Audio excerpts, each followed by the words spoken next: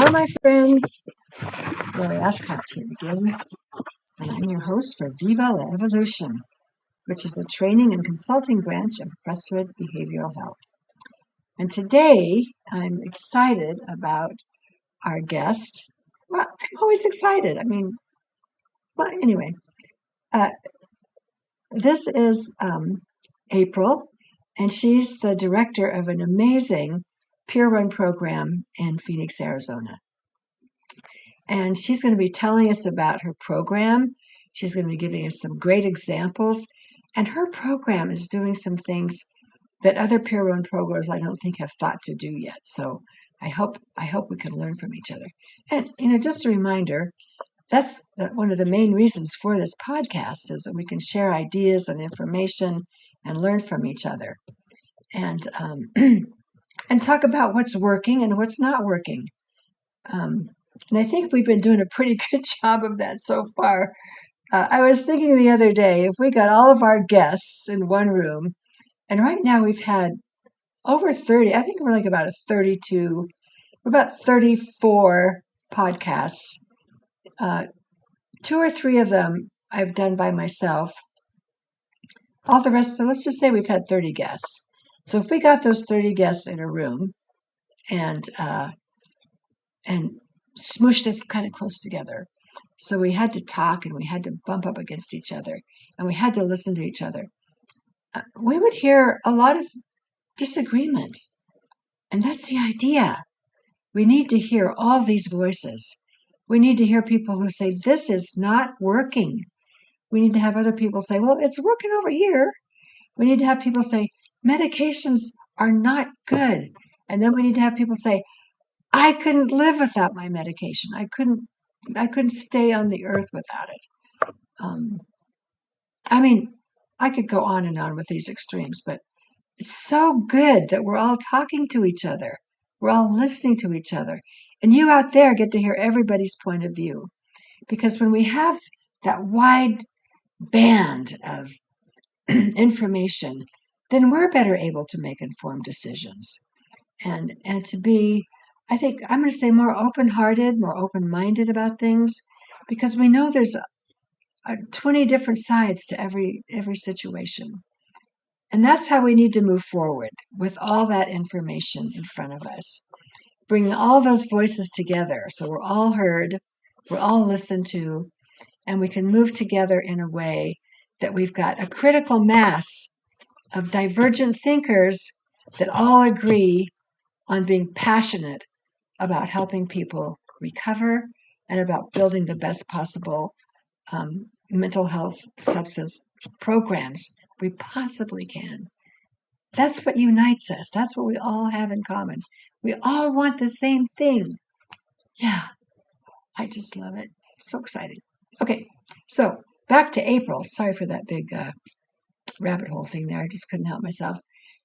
April, you're going to hear how she moved into this program with an interesting skill set she has, how that was applied, and what's moving forward in the program today, how she's handled some very sticky situations, bringing about a positive outcome, and a little bit about what her hopes and dreams are for the future. So let's see what April has to say now. Thanks again for joining us, and here's April.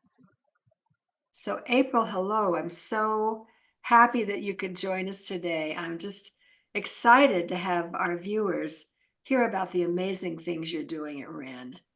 I've been following you for a while and just anxious to share some of the ideas, because one of the whole ideas of this podcast is to share information so we can all learn from each other. So thank you for making yourself available and being willing to share your wisdom and your experience with us. Thank you. Thank you.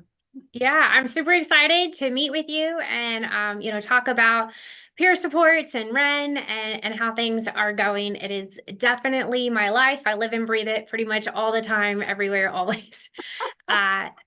So yeah, definitely always good to share on that topic. And so I got started originally in criminal justice. Then I thought that I wanted to go into criminal justice, and then kind of decided very quickly that that was actually not my calling and switched over to psychology.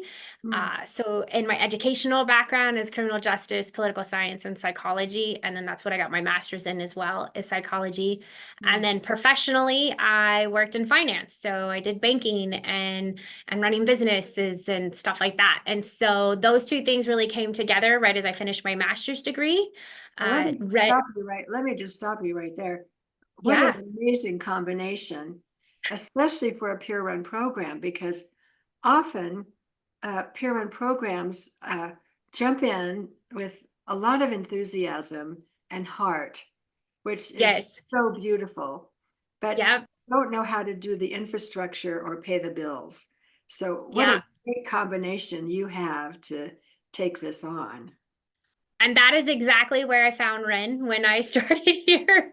They had all of the heart of a grassroots movement and none of the corporate policies needed to really make it a structure that could stay and weather the times, especially things like COVID and stuff like that. And so you Gosh, really unfortunately have to have that corporate policy procedures and information in place in order to protect the organization, get those bills paid, and yeah. get things going. So yeah, right as I finished my master's degree, Ren got a new CEO. The new CEO wanted somebody to come in and just really quick take a look at their finance department, give them kind of an outline of things that were low hanging fruit and needed to be fixed or corrected.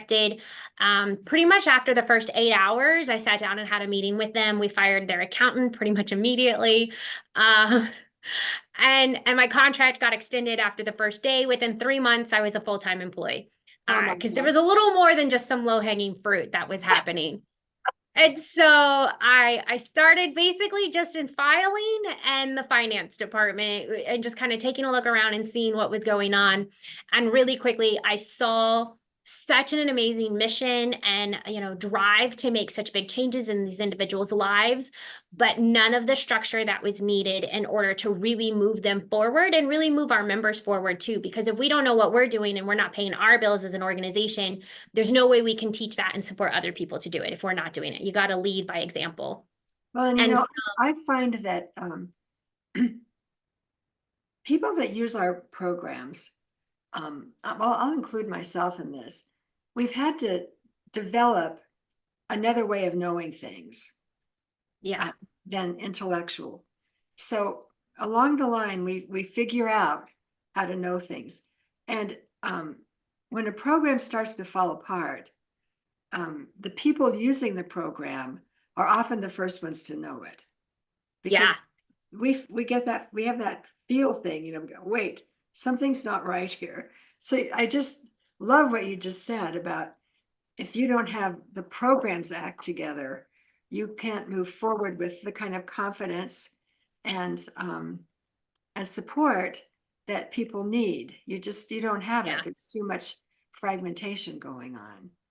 So great. Absolutely. Yeah, without consistency, that's something that's super needed in order to make these big goals. If somebody wants to move from group housing to an apartment, it's going to be a year or two process. And so if the organization doesn't have it together, they're not going to be able to weather the time of those 2 years. You're not going to have consistent staffing and people working on those things.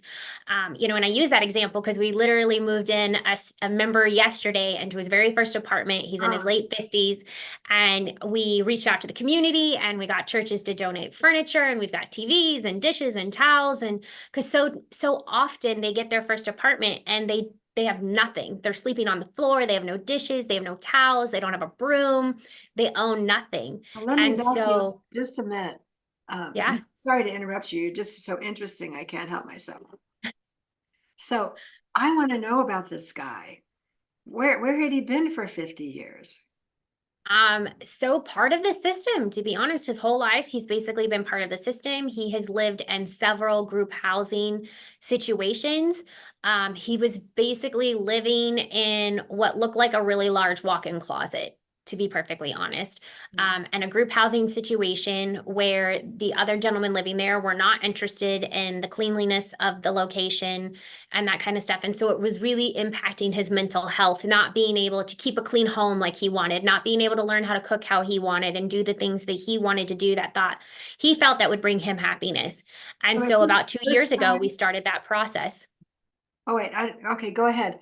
I just want to know, is this the first time he's had his own house, own home? Yep. Oh, Yep, it is his very first time to have his own home. And so he's got his own little balcony now. We were able to get a house with, or we were able to get bedding for him. So first day in his new home, he's on a bed off the floor with towels so he can shower in his new home and, just making sure that they have those supplies that they need to make that transition as successful as possible.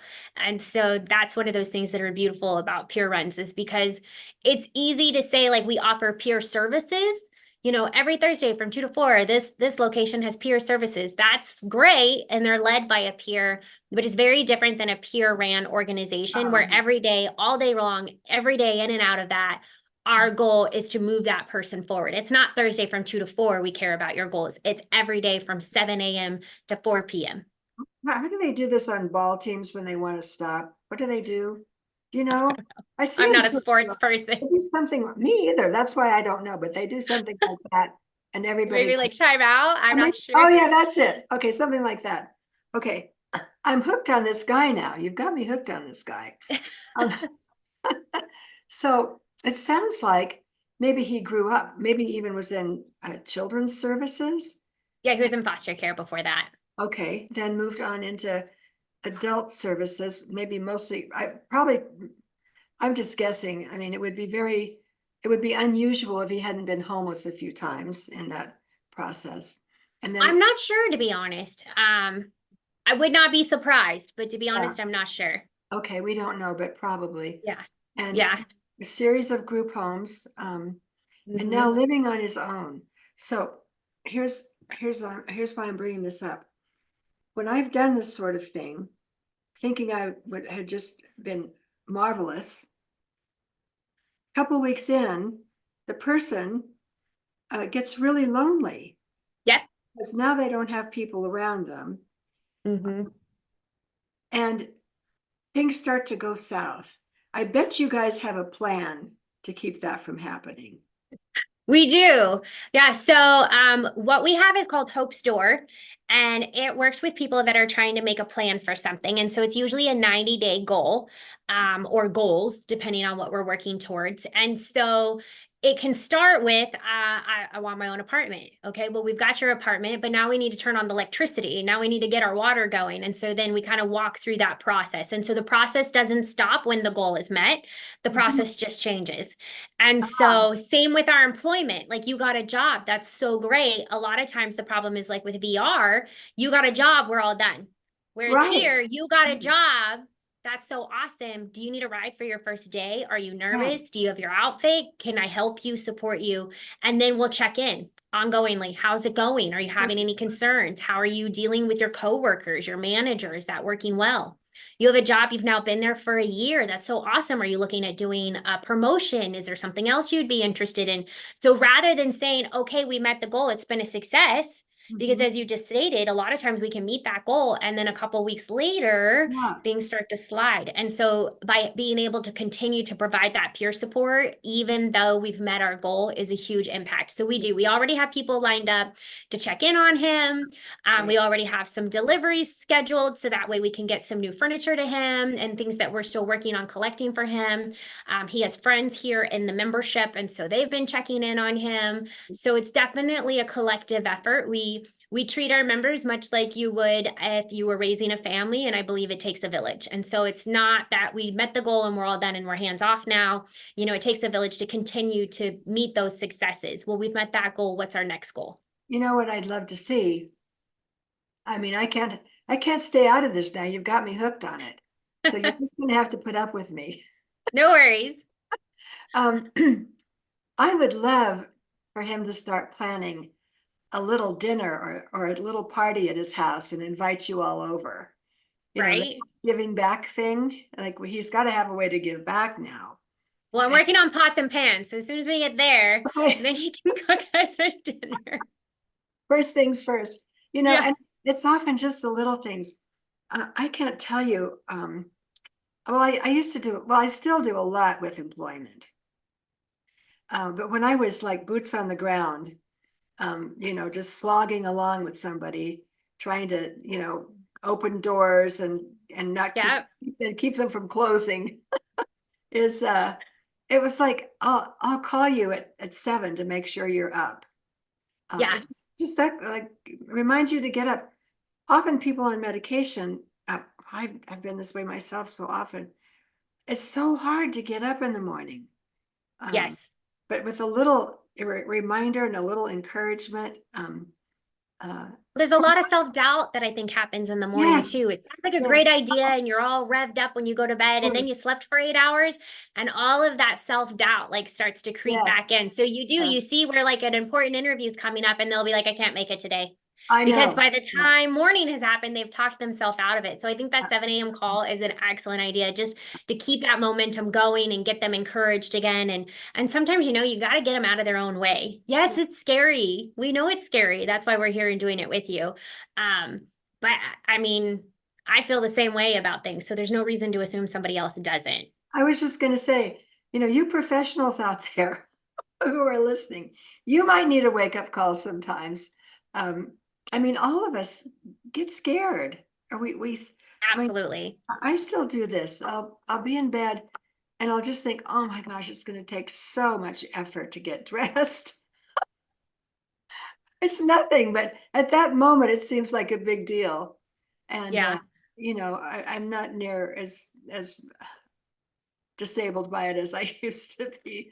But I've yeah, told my staff because they like to say, like, well, it must be nice to be the boss. And I was like, it's actually really hard because like if I'm late or I call in, nobody's going to be mad at me. Nobody's going to tell me I can't do that. I mean, if you do it enough, your board will get involved, of course. of course. But if I called out occasionally, like, nobody's going to say anything. If I come in late every single day, nobody's really going to say anything. And so it takes even more of that dedication and that momentum because you have to get there and show up and be on time and be an example because you want to Yes. because there's nobody saying you have to. And so you really have to find that initiative and drive internally. And sometimes, some mornings, you're like, I'm not sure I have the desire to keep So fighting it. I'm so glad you're saying that because this has nothing to do with a mental illness. I mean, No, with some of us, it probably made that worse, but absolutely. it's really a normal kind of thing that we all feel. And Yep. a lot of us have resources that can help us. We have an alarm clock, we have a roommate or a husband or a wife or kids, or even a Or a dog. cat that comes in at 4 o'clock in the morning and meows Yes, at you. or a dog that's crowding you out of bed. Yeah. But people starting out like this fellow, this 50-year-old person who now is starting a brand new life. Yeah. Yeah. I don't want to take up all my time with just my interests. So let's talk about Rin. You just told us a little bit about Hope's Door. Yep. Do you have?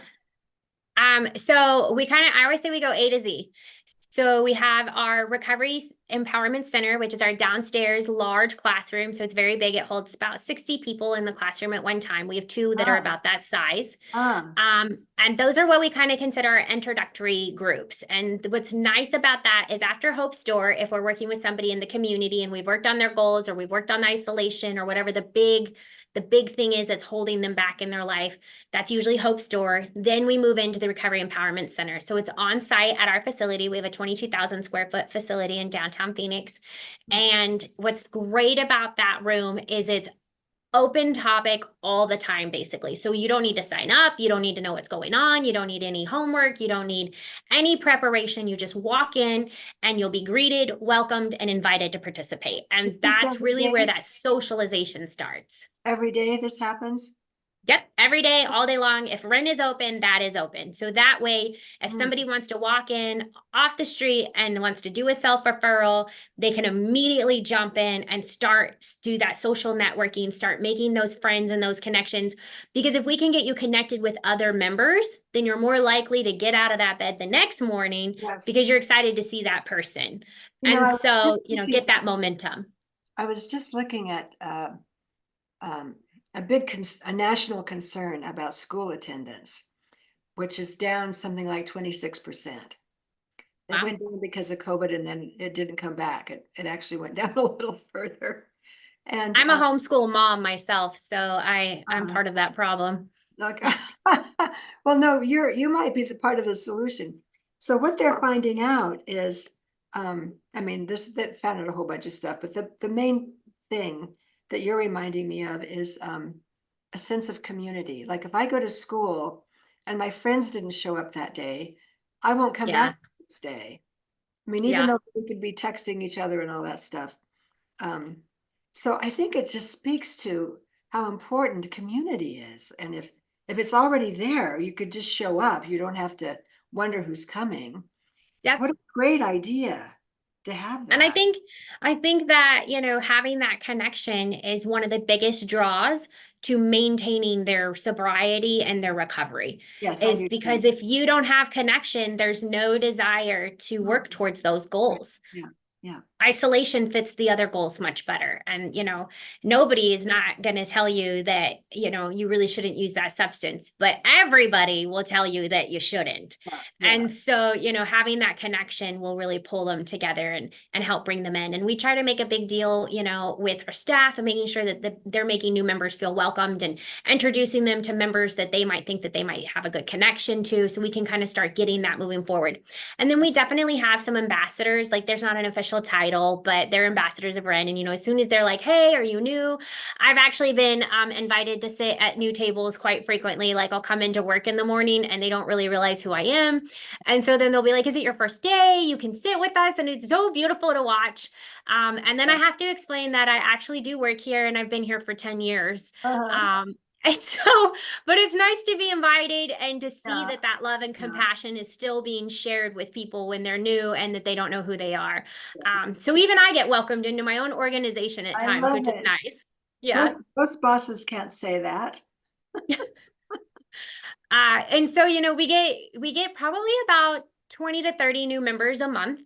And Wow. so, those that have been here a long time absolutely know who I am and have experienced me and stuff. But some of the newer ones, they just hadn't had an opportunity to either do a member meeting with me or stuff like that. So it's really beautiful to get invited into your own organization and people welcoming you and stuff. So it's just, I think it's beautiful to see because if they're doing it for me, they're doing it for others. And so they're feeling that love and that connection. So what is your static capacity, or do you have one? We don't. On average, we get between like 60 to 120 people a day. Kind Mhm. of depends on time of month, and what's going on.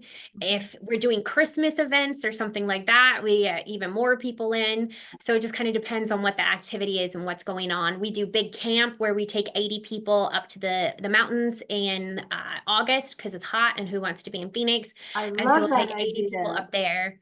And a lot of people have never experienced camping. So we have Project Open Sky, which is tent camping and cabin retreat camping. So depending on your mobility, if you are capable of sleeping in a tent and want to go out and experience that, they absolutely can.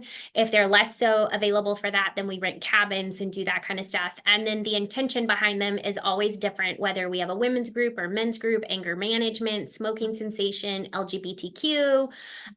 Just kind of depends on what members have been asking for recently or if they have any suggestions and that kind of stuff. One of my first, well, I did it, like 4 or 5 years working in a welfare department and running a Big Brothers program and adoptions and foster care. Um, then I took a job in mental health, and it was the year that California took like 800 people out of the state hospital and just and Mm-hmm. plunked them in board and care or old nursing homes. It was not a good Not a sight. good situation. So I had a job of setting up this, I'm going to call it a recovery center, but we didn't use the word recovery in those days. It was like an activity center for these folks to Yeah. do. Day program, I know, is what they used a lot at that Well, time too. I don't like that. I don't want to, I Yeah. hope I didn't do that. Because it was in a big house. And we Okay. didn't do anything about medication or anything like that. We'd all cook dinner together and we'd Oh, do, that's beautiful. it was kind of along the lines of Soteria House, but it wasn't overnight. It was just everybody comes and gets involved. And I hired this rec therapist who had never seen or had no idea what mental illness was about. So he didn't know any limits. He just started doing things that you would do normally. So right off the bat, he decides we're all going to go camping. So, so we get all the cars lined up and everything, and we find enough sleeping bags or quilts or whatever we had. And off we went. I think we had 80 people, which as I look back, that was, I just thought, oh my gosh, if I That's a had, lot of people for tent camping. and if I had to worry about insurance, I mean, liability, I would think, what am I doing? Luckily, I didn't know any of that. None of us knew anything about that. So off we went camping. And we just had a great time. I even took my little stepson, and other people brought their kids and their That's dogs. It was beautiful. a big thing. And a couple of the guys that had been in state hospitals, I would say at least for 30 years, because in those days you just stayed. You just stayed. Yeah. And we went out into this meadow, and this kind of makes me cry just right now. And I remember Bob just stood there and looked around for a long time. And I wanted to go, but I didn't want to. So finally I said, "What's going on, Bob?" And he said, "This is the first time I've ever felt alive. Just being out, In nature. nature." Yeah. Yeah. So I'm so glad you're going camping. Yeah. Being in Central Phoenix, a lot of our membership has never been outside of the city limits. They Wow. they don't have the money to Yeah. leave. Yeah. Um, and so they stay in the concrete jungle and they have never experienced living, out in nature and enjoying that and experiencing that.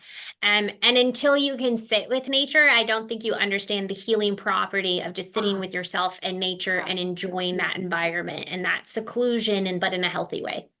There's more and more research on it now too, Mm-hmm. both in Yeah. the area of spirituality and just physical health.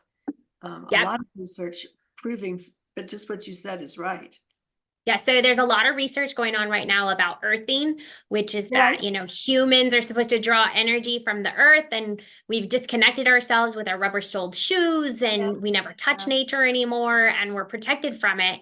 And they're saying, we're feeling so tired and ran down because we are no longer connecting with the biggest life force Right. of energies through the earth.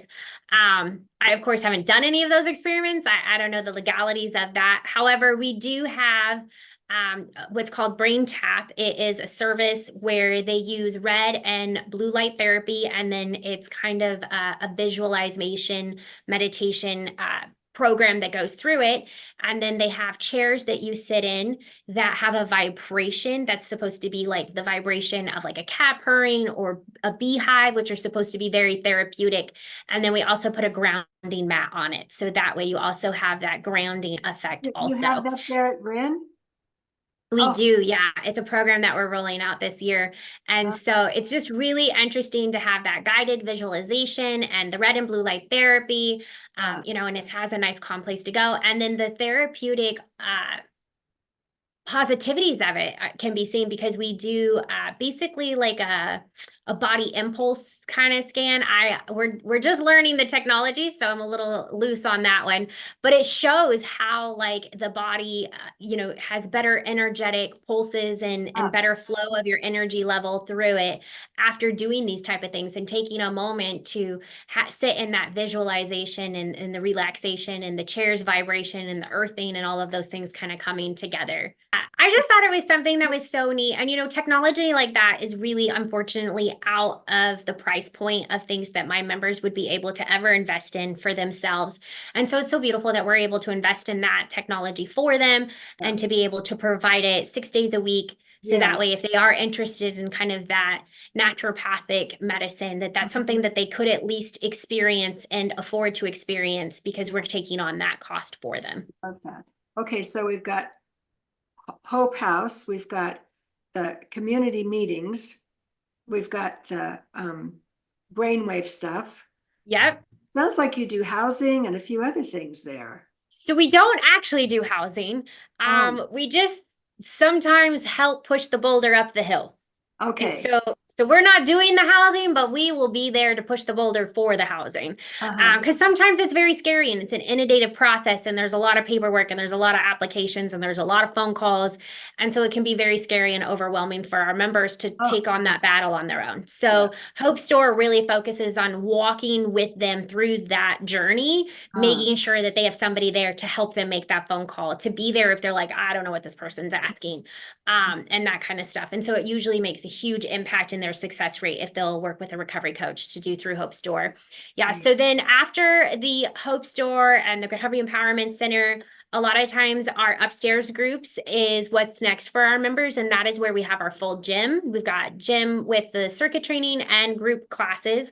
Then we Ah, have our recovery support training, which will certify them to be a peer support so they could work for a company like ours. oh, wait, Um, wait, wait. mhm. Tell me about that. So, Arizona has your peer support certification licensing, and there's many agencies that are available to get a peer support certification through. We like to go a little above and beyond. And so our course is actually 6 weeks long, which is probably close to the longest one in Arizona. We do 3 weeks of in-classroom work so we can really get people an understanding of what it is. Then we do 2 weeks of practicum because doing something in a classroom and doing something for real in Oh, front of 50 absolutely. people, Right. Yeah. very different Yeah. experiences. Yes. So Yeah. some people hate the classroom time and they're like, this is the worst and I never want to do this again. And they get to the practicum and they're like, I love this. This is Yeah. amazing. This is so Yeah. wonderful. Some people really love the classroom and then they get in front of 50 people and they're like, I am never speaking in front of these people, no matter how much you pay me. I hate this. I would like to leave immediately. And so it gives them a great insight into what working this job actually feels like. Yeah. And then we work with another nonprofit that's here locally, the Peer and Family Career Academy. The CEO over there is Haley Winterberg, and they offer free classes for people that had their peer support certification. So once they've taken their state exam and they're certified, we then offer CPR first aid, mental health first aid, an opioid class, and a forensics class. And the opioid and forensics class is provided by the PFCA for us. So that way they can get those trainings as well. So when the person is all done with our class, they are basically completely ready to be credentialed and get out on the floor and start working. And so we try to prepare people to be as successful as possible. And then you probably hire some yourself. We have in the past, but to be honest, it's not something we encourage because they lose their support network if they're working here. And so they go Oh, from immediately being completely supported by us and us working with them and us making those phone calls to, if I'm your boss, it's not my responsibility to call you at 7 a.m. and make sure you're here. I I'm see. no longer providing that side of it. And it's a very hard transition in those Oh, boundaries and understanding that. And so we really encourage people to work with supported employment. We have peer employment services here, and they can help them get jobs like Ren, but this way they can keep their support and their safety net mhm. and have that support going on with a new job. Interesting. I don't know that model before. That's a new model for me. Yeah. Yeah. So we definitely in the past had a lot of our employees come directly from our membership. They would be members, they would go through peer support training classes, then they would get hired on here with us. And that's a great model and it works well. But as soon as you have someone start struggling, you unfortunately have just taken away their entire support network that they had built for their recovery. And your boundaries in your relationship is very different as a supervisor than as a recovery coach. Well, And that's it's difficult for them to switch over at times. yeah. I see. I get the idea. I just have never seen that before. I'm sure it works just fine. Yeah. Yeah. Yeah. Yeah. So we have our peer employment services. So whether they've done our class here or they just want to get a job, it's zero exclusion. Anybody wanting a job at any time, can come and get one. So a lot like the housing first model, stop worrying about all the parameters. Let's just get them in a house. Same Yes, thing with our employment, our peer employment services. We're not worried about all the things in our way. We're worried about where are you wanting to go? I And then love let's that. just make that first step. For a while, and I think I'm not sure where this originated, but there was all this focus on readiness, they called it. And they would put people through all this stuff to get ready. But by the time they were halfway through, they were so tired and bored with getting ready, they didn't want to do Yeah. anything anymore. So Yeah. It's the I'm getting not ready to get ready thing. It's just really boring. just go right to it. Let's get you a Yep. job, and then we'll talk about what's wrong or what needs Yep. help. Yeah, We yeah. also have supported volunteering. So if somebody is showing interest in doing something, we work with local companies. So for example, you're looking at working as a maintenance worker for an apartment complex. So we would go and contact an apartment complex, see if we could find one that would let us shadow or volunteer there for the day. And we'll take that member out there to go and shadow that position so they can see, is this something you would physically want to do? Is this something that you would emotionally want to do? And they go and volunteer, and so the apartment complex gets some volunteer time. The member gets a look into what's going on, and then if they really love it, then they apply for those types of positions. If they're like, this is actually not for me, then we know that right out the gate before ever filling out an application. And so supported volunteering has been a huge impact. They can help people that way that are looking for employment. And then we also have ongoing volunteer opportunities. We have an Adopt a Street. We work with Heidi's Village, which is a no-kill animal shelter. And so they come and they like package like treats and stuff for the dogs. And so just getting them out there, and it's such a beautiful thing to see because they have to go and be there on time. They have to be able to listen to constructive criticism, like, hey, you're doing that almost right, but this is the way to do it correctly, and following instruction and taking lead and that kind of stuff. And so it starts giving them that confidence that they need in order to start branching out into other things. So somebody that's not quite ready for employment, we always recommend supported volunteering I think that's coach and kind of such experience what it's like. such a good idea, because I think the fastest way to build confidence is to give people a way to give back. And if you can give it back from what you've experienced, that's the best, that's the strongest point. I always call it, if you can give back from the point of your wound. But just giving back anything, like making dog packages, that's Yeah, I can do this. I did something worthwhile today. It's a huge, absolutely. better Yeah. than an hour of therapy, I think. Yeah. Sorry, So therapist. a lot of times when we go to like the resorts or we go to the campgrounds, we'll reach out beforehand and ask if there's any service projects we can do. So like we've redone picnic tables, we've painted things, we've redone porches, Yeah. stuff like that. And so not only are we there on the campground enjoying nature, but then we'll have a big service project that we can get everybody together and have that collaboration and that team effort. That's great. Okay, I've got one more big question. Um, Yeah. something that seems to be I don't want to call it a barrier, but well, let's call it a barrier, is fingerprint clearance. Or let's just broaden that and say legal issues. Well, I guess it comes back to fingerprint. Um, do you guys have a way of getting around that? I just know so many programs that struggle with that. So we are licensed as a CSA, Community Service Agency, peer ran. We are not required to have all of our staff fingerprinted. It is actually one of the reasons we have not gone as an outpatient clinic, because we would either have to open that as a subsidiary or we would have to let some of our staff go. And I refuse to let some of my favorite, best performing staff go because of a mistake that they have made because a lawmaker has decided this needs to be done. We will not continue to allow that to impact their life when they're here at Wren.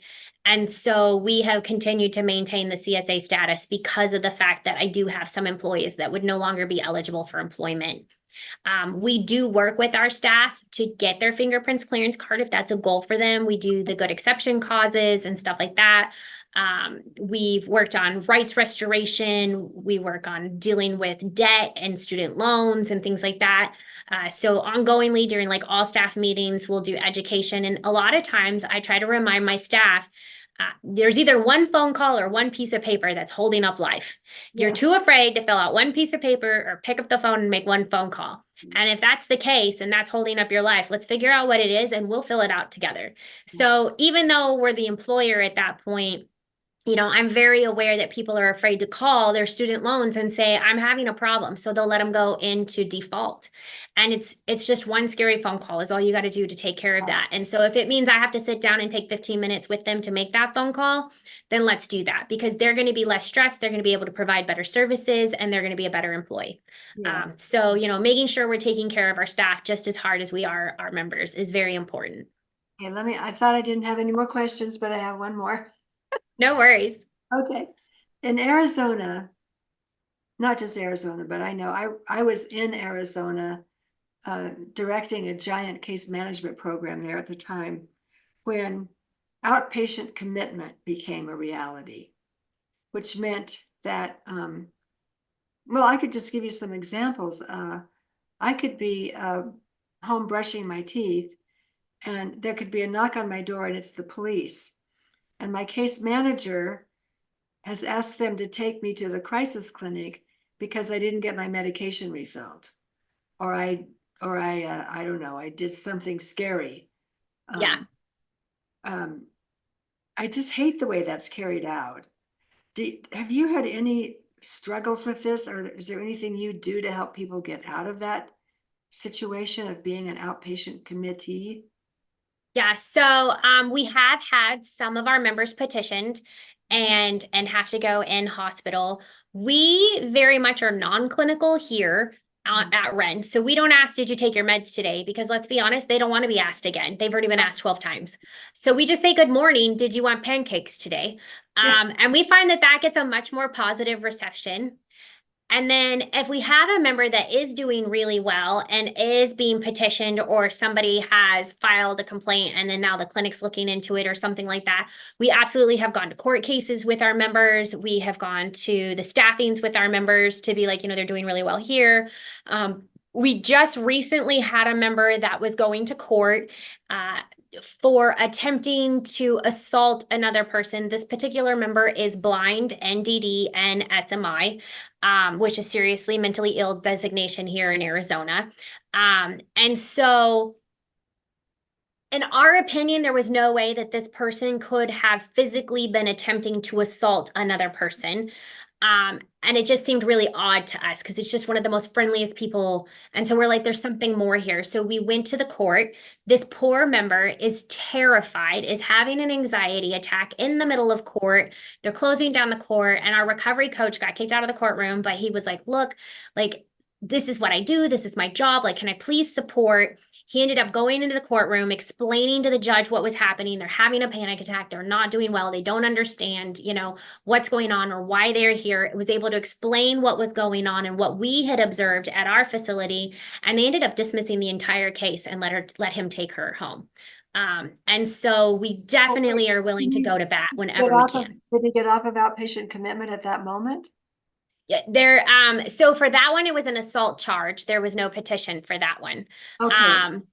And so when you're dealing with petitioning and that kind of stuff, that's more difficult to definitely. So the best thing that we can do there, if they've already been petitioned, that's really hard to stop that train. But what we can provide is we're going to come out to where you're being housed and we're going to come see you. We're going to check in on you. We're going to make sure you're good. We're going to make sure that you know what's going on. We're going to make sure your dog is fed and your house plants are watered and take care of some of those things that people don't think about. Well, this person's not doing well, so I'm going to commit them for 72 hours for a hold. Well, you don't know. Did that just ruin their job? Did that mean that they missed an appointment? Is their dog or cat at home? Does their roommate know where they are? Does even their case manager really know where they are? Because some things happen and you have a new case manager, they don't have any idea what's going on. So a lot of times we can be a big resource in kind of connecting all those resources back together. This person just went into the hospital and the case manager has no idea because they left from Ren in an ambulance. They have decided themselves that they need to go in. And so we can immediately put into place where their team is being notified, their family is being notified, anybody that they've asked us to take care of that. So we can kind of take in some of that burden for them. Otherwise, while they're headed to the hospital because they've decided that that's what they need, they're also worrying about, I need to tell this person and I need to take care of that. And so we're able to kind of take some of that on for them and reduce the panic and anxiety of making that decision. That's great. That's great. Um, ah, I'm so glad you're doing that. I've just seen that abused so many times. So I, You know, I, another thing that we think is really important is reaching out to the clinical team before we get to that.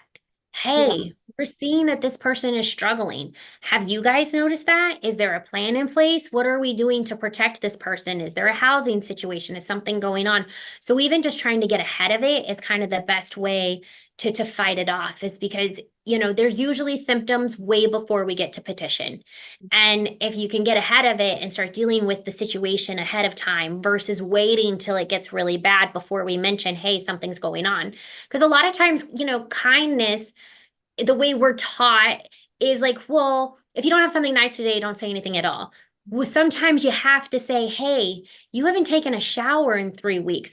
You're not acting quite like yourself. You're not quite doing the things you normally do. What you There's just said, something going on. you just said, that's exactly what I learned to do is I don't say, did you take your meds or, um, I just say, you don't seem to be yourself today.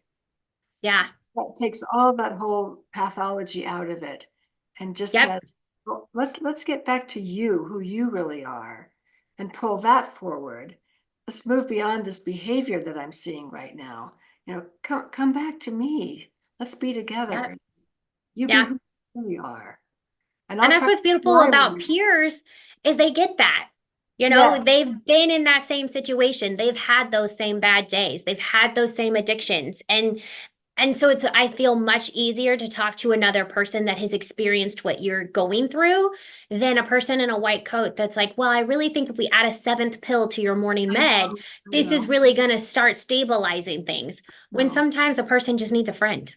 So April, something that we did for a while is we worked with advanced directives. And the way it worked with our peeps is they could say, if I go in the hospital, here's how I want to be treated. If you're going to put me on another medication, here's the medication I want to be on. You folks may want to consider, and we had a class called Getting Your Power Back. I remember Lisa St. George made this brochure and it had a big shark on the cover of it. And it said, Getting Your Power Back. And we taught people how to do these advanced directives and then file them in the crisis clinic.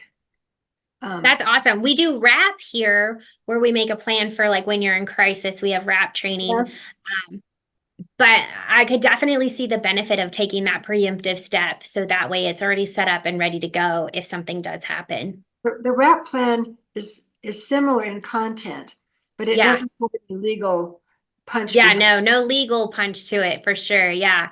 I hadn't really considered doing that, but I can definitely see where it would be beneficial. Well, thank you so much for your time today. It's just been delightful talking with you. Absolutely. I'm going to send a couple people your way that I've talked with lately who are very interested in how to help people keep their rights. Um, they're both journalists. One is Rob Wypond, and the other is Alex Barnard. They've both written really interesting books on this topic. So if you don't mind, Interesting. give them your contact information. Yeah, absolutely. I make Okay. friends all over the country. I'm happy to meet anybody. Well, you'll have two new really good friends. Yeah, so no worries at all. Thanks so much. Thank And you. You have a wonderful day. let's keep in touch. Well, there you have it, folks. That's April, and a lot of really good information for all of us. Some good stories that just bring the heart forward when we start talking about things that matter, really, the things that really matter. So, thank you for joining us. We'll see you again soon. And as always, any questions, any comments you want to leave us, that would be fine. And again, if you don't mind, please subscribe. That's a podcast thing I don't really understand, but it helps us out. So if you would subscribe, we would be delighted. And thank you very much. See you again soon.